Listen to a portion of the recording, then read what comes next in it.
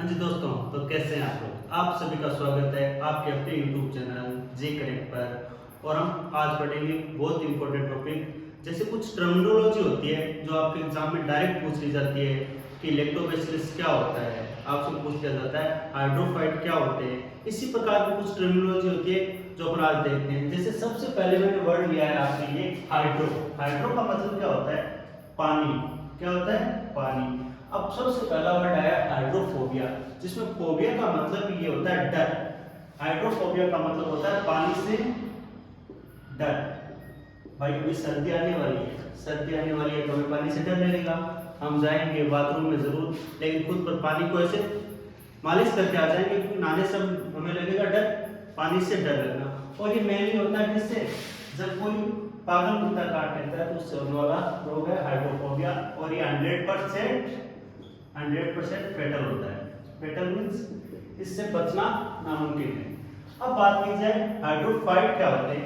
Hydrophyte वो पौधे होते हैं जो पानी में उगते हैं। कौन से पौधे जो पानी में उगते हैं? तो इनको कहते हैं, हिंदी में कहते हैं जलोदविद। पानी में उगने वाले पौधे। भाई इतना तो याद रखना ही पड़ेगा। अगर आपको सिलेक्शन लेना है तो ये सारी की सारी बातें आपको याद रखनी पड़ेगी। इसके बाद में आ रहा है हाइड्रोफोनिक्स।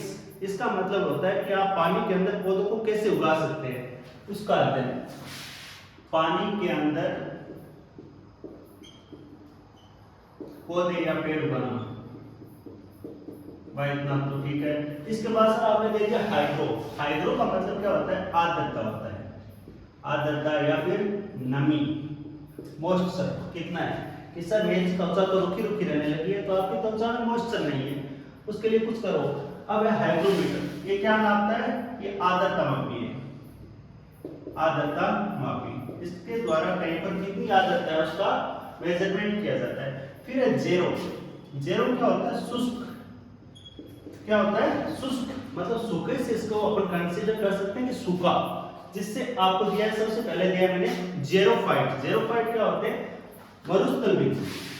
मरुस्थलविद। मरुस्थलविद क्या है? मरुस्थलविद वो है जो मरुस्थल में उगने वाले पौधे होते हैं। मरुस्थल में उगने वाले पौधे। इसका सबसे अच्छा एग्जांपल है, आपको पता होना चाहिए, कैक्टस।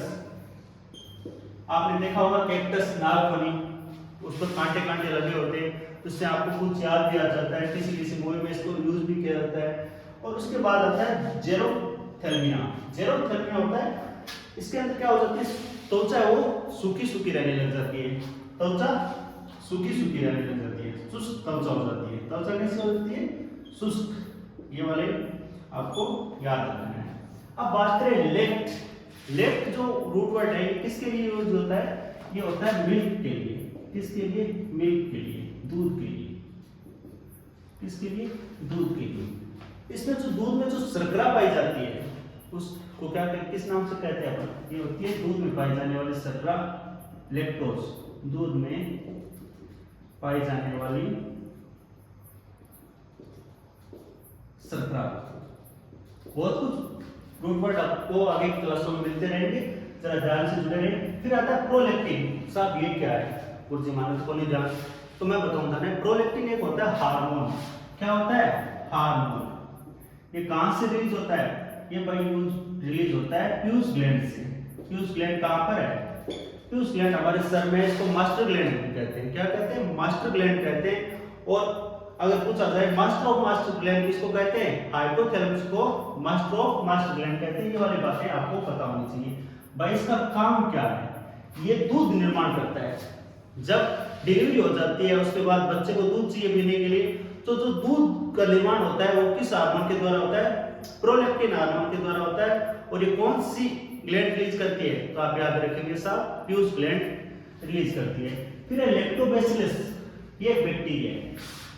ये बैक्टीरिया है। बैक्टीरिया पर क्यों पढ़ना? भाई बैक्टीरिया पढ़ना पड़ेगा। बैक्टीरिया ही नहीं पढ़ना पड़ेगा क्योंकि वो दूध है। इनको अपन क्या बनाना है? दही। दूध से दही कब बनता है?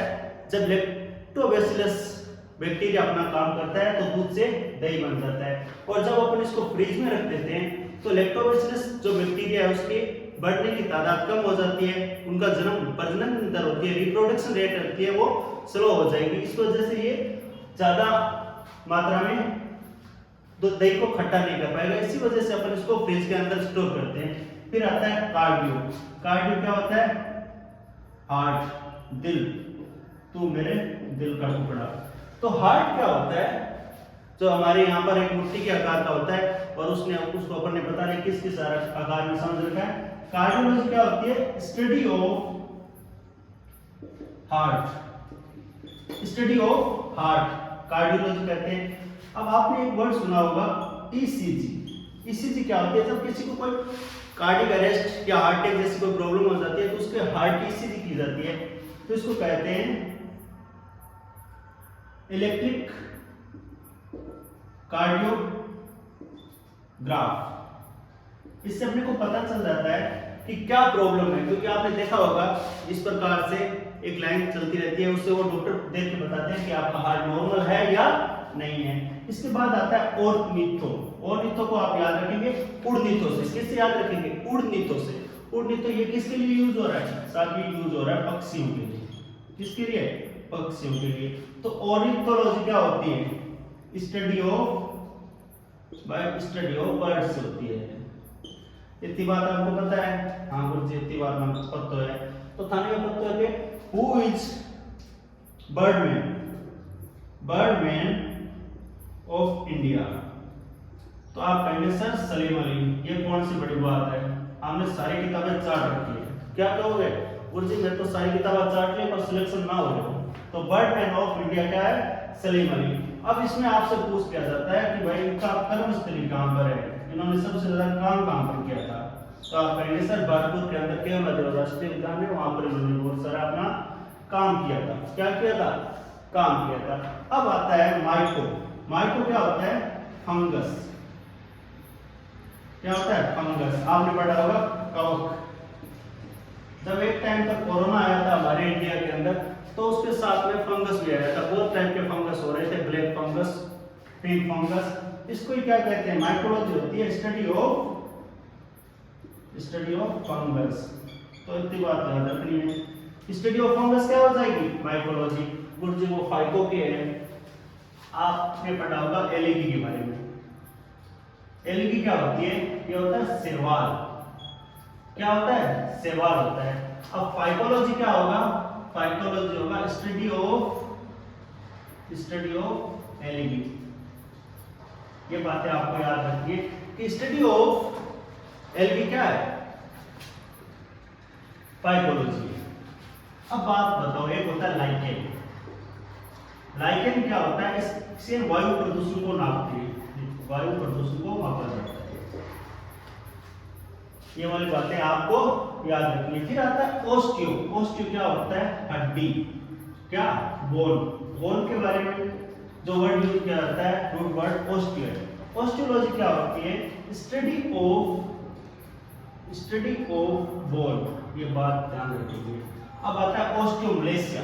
ओस्टियोमलेशिया एक बीमारी है जो बूढ़े लोगों में होती है। क्या होती है? बूढ़े लोगों में होती है। इसमें क्या हो जाती है? हड्डियां कमजोर हो जाती है, हड्डियां कमजोर हो जाती है। और आजकल के बच्चे क्या कहेंगे?